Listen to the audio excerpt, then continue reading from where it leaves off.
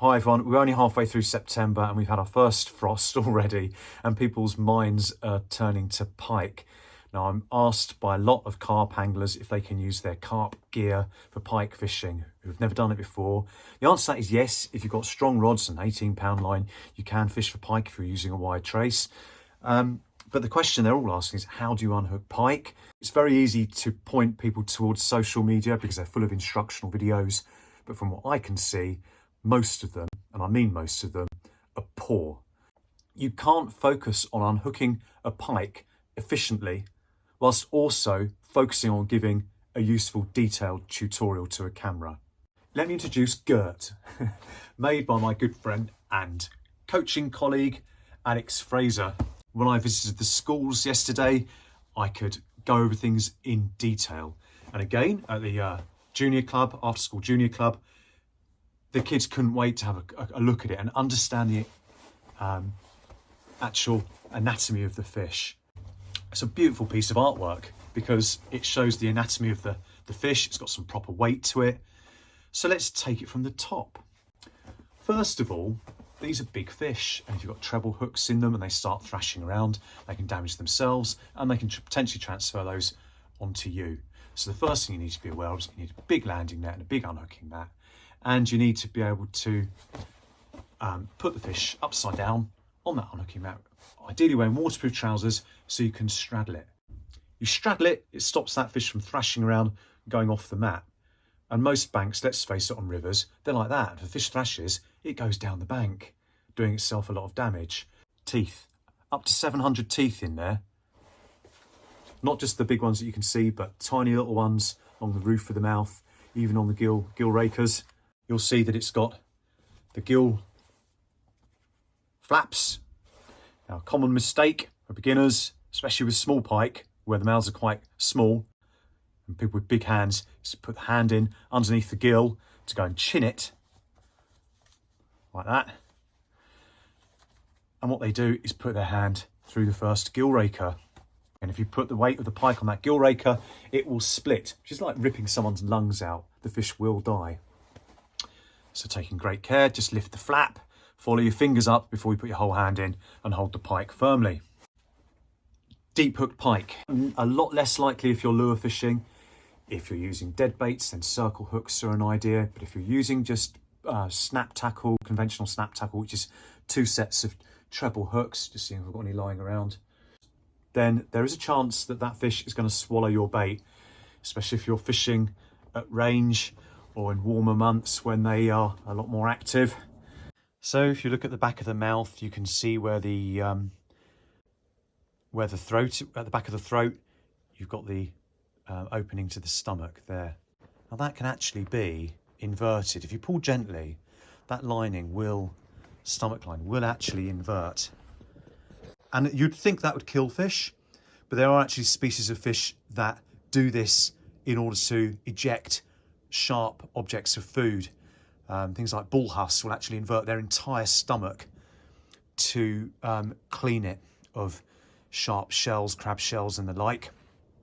So it is actually partially a natural process. If you completely invert the stomach out, the fish might die, but it's better to get those hooks out because it's going to die anyway, isn't it?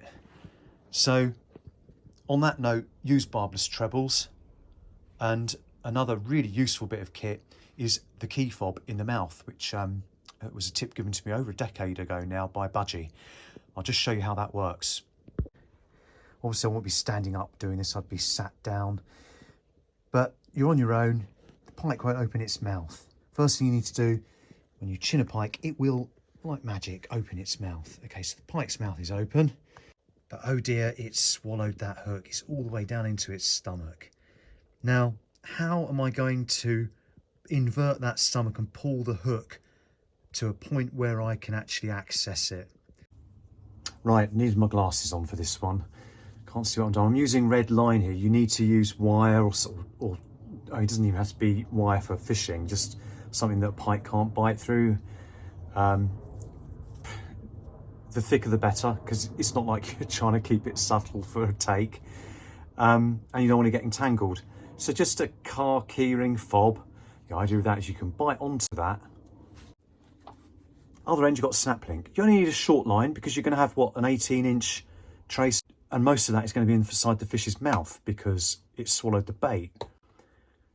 So you need to have a bit of length in between, but not too much. You don't want your face to be like that with the pike, but equally you don't want to be that far, you know, that far away from the pike when you're trying to unhook it. So you need a short amount. So my snap link can just go onto the swivel at the top of the wire trace. I close that up. I can then put this in my mouth. I then have two hands free to work with.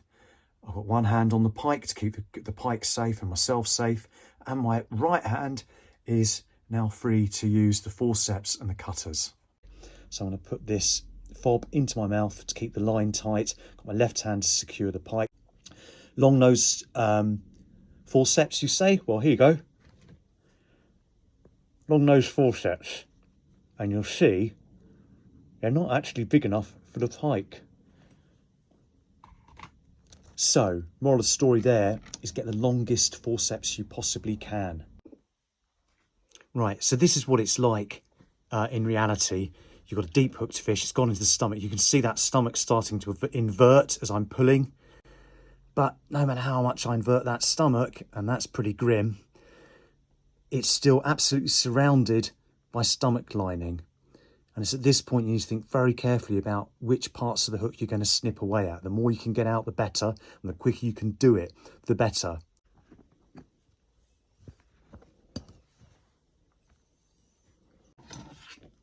I get some long nose forceps on it.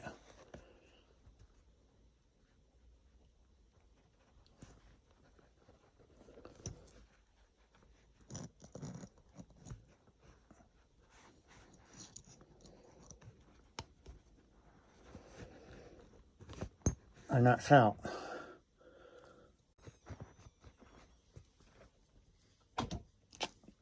And I've used the long nose pliers just to give that stomach a little poke back down again. And if that's a barbed hook, it's a really gnarly job, especially if it's more than one point that's hooked, which invariably in a stomach it is. You normally need to start snipping away at points. On that note, it's a good idea to be wearing glasses, because if one of those fires up hits you in the eye, you're blind for life. I suppose that's why I try and encourage beginners to start off with lure fishing. You get this big debate kicking off every winter amongst anglers, only amongst anglers, about whether trebles are ethical or not. At the end of the day, you're fishing, you're putting hooks in fish, so try not to get too bogged down by it. You know, what's the difference between those tiny trebles and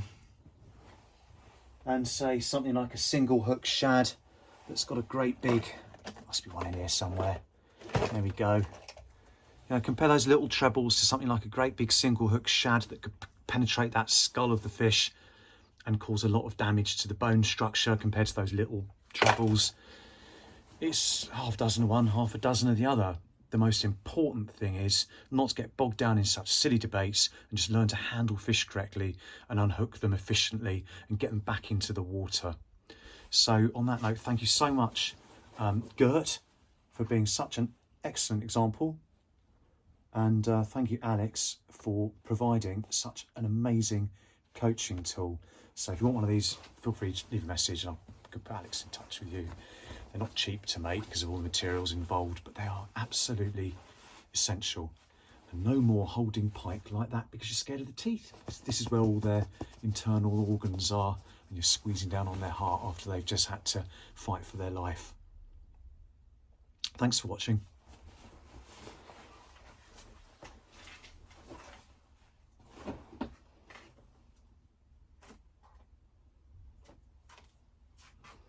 Actually, just a very quick footnote. You hear about people wearing gloves wearing pike. You can buy the knife-proof gloves. They'll get caught in the gill rakers. You won't have the tactile dexterity that you need to handle the fish. The hand is the best thing for it. I've seen people use washing up gloves and the like. All that's going to stop you from getting is a little bit of gill rash or rash on the hand from those tiny teeth within the mouth cavity. They're not going to stop you, and if anything, they're going to cause you a problem because they're going to get snagged up on it, and you don't want to be unhooking gloves as well as hooks. All right, I hope that helped.